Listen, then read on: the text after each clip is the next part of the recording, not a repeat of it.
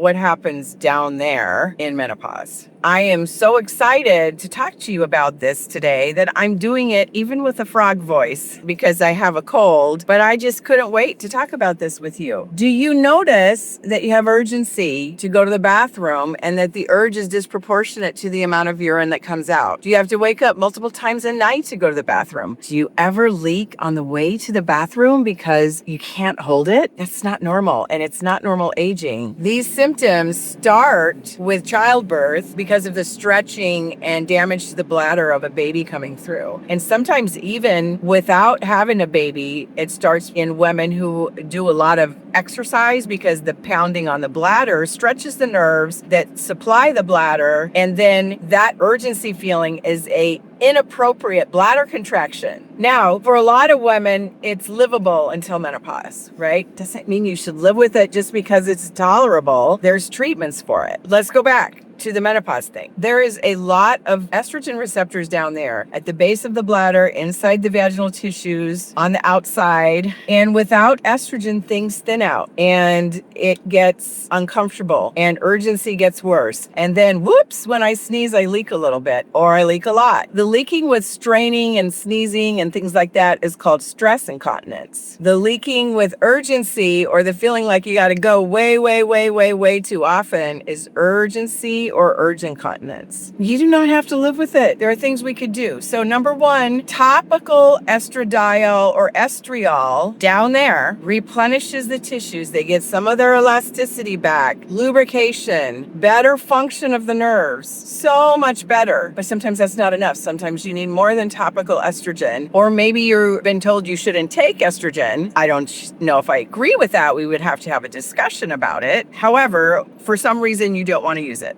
There are other things that can be done. There is radio frequency that applied to that tissue stimulates collagen production. Woohoo! That means it gets thicker. That means that it gets more elastic. That means that lubrication gets easier. It can be life-changing. So I just learned about the radio frequency recently. I wasn't thinking I would be interested in it, but there are so many women in menopause that are afraid to be active, that are afraid to be intimate. It's just sad. And please, if someone tells you that it's normal for your age, don't believe it. There's things that can be done. We're going to be bringing special equipment into my office in the very near future that can treat this. So I will keep you updated and let you know more. As soon as I have more information on this, we will be letting all of our patients know. And then once our patients are taken care of, we will be spreading the word around Chicagoland because women, it's time to enjoy yourself. It's time to live. Don't be afraid. And if you're afraid of leaking or you can't go anywhere without knowing where every bathroom is because you never know when you're going to have to go, and when you got to go, you can't wait, that is no way to live, and you don't have to live like that. So let's fix it. I'm Dr. Yvonne Carney. I'm the hormone locksmith. I'm a traditionally trained OBGYN, but now I practice functional medicine.